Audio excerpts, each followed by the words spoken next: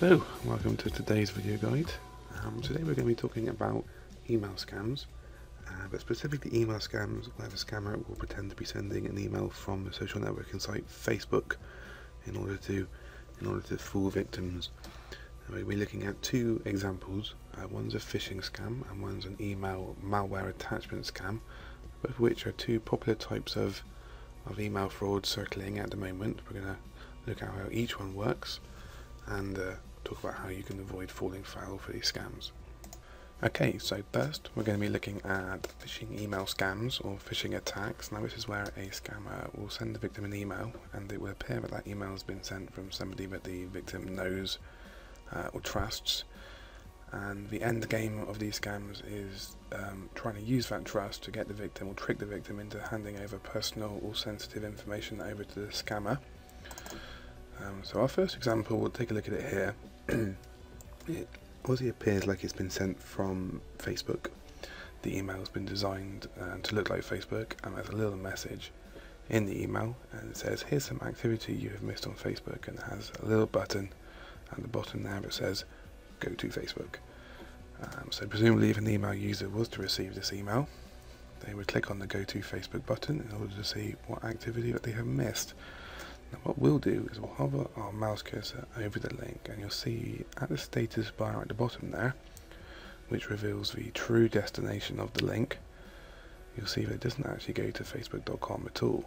It goes to another website, cleanatwash.it. Now in reality this is actually a phishing website. Now how it works is this website will be designed to look like the Facebook login page. It will ask for the Facebook password and Facebook username for the victim, and when the victim enters that information, it is sent straight to a scammer. So the victim will essentially be handing over their Facebook credentials to a scammer. We'll look at this same email through a web-based account. In this case, a Hotmail account. We're viewing this Hotmail account in Internet Explorer, and as you can see this is the exact same email, and once again we'll hover our mouse cursor over the go to Facebook button, and again take a look at the status bar at the bottom there, and again that reveals the true destination of the link. And the status bar is a handy little tool actually, which reveals the true destination of a link when you hover your cursor over it. If it's disabled in Internet Explorer, go to View, Toolbars, and make sure there's a little tick there by status bar. And if there isn't, give it a click and the status bar will appear. And so it's a handy little tool that lets you see the true destination of a link without actually having to click the link. So as a rule of thumb here, always try to avoid clicking on links in the emails. The reason for that is because they can potentially take you anywhere. And if you do click on a link, always take a look at the destination first to make sure you are going where you should be going. Other things to look out for: bad spelling, bad grammar, a poor design, a flawed design. Okay, we'll just get rid of that. Okay, next up we have email malware or malware attachment scams. These are extremely popular at the moment. Again, we're going to be looking at an email malware attachment scam that appears to have come from Facebook. As you can see, here's an email that we received only a couple of days ago, so this is one that is circulating at the moment. And if you take a look at the email, it does appear to have been sent from Facebook. It says, greetings, one of your friends added a new photo with you to the album. And the button on the email doesn't actually work, it doesn't do anything. So victims of this email, people who received this email, are going to be kind of pushed in the direction of the two attachments. Now these attachments are sent as zip folders.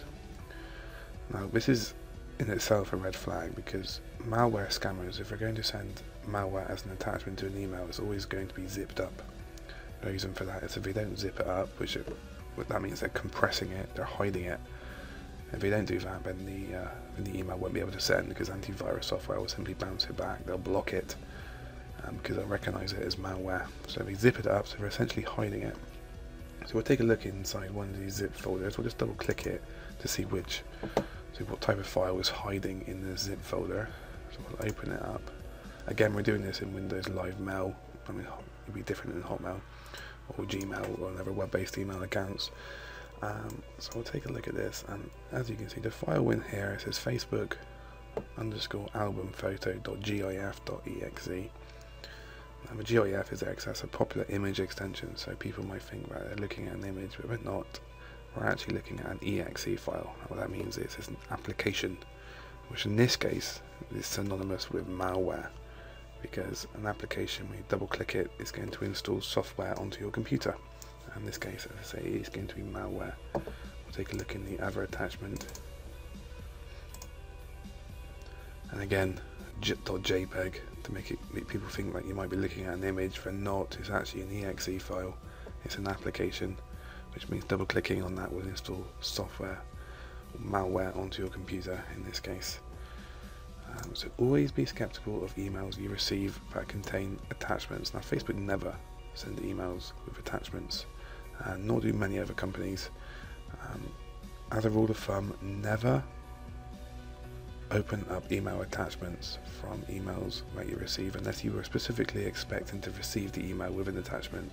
Avoid clicking on email attachments, even if they appear to have come from friends, because these could be automated emails. Attachments, if you open up attachments that you don't trust, you can end up installing malware onto your computer. Okay, so those are the two examples.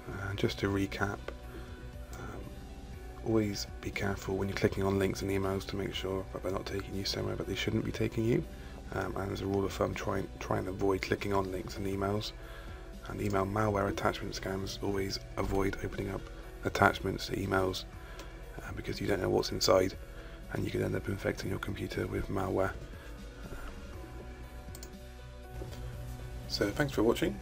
You can always subscribe to our YouTube channel. We're also on Facebook, facebook.com/thatsnonsense, and we're also on Twitter, twitter.com/thatsnonsense.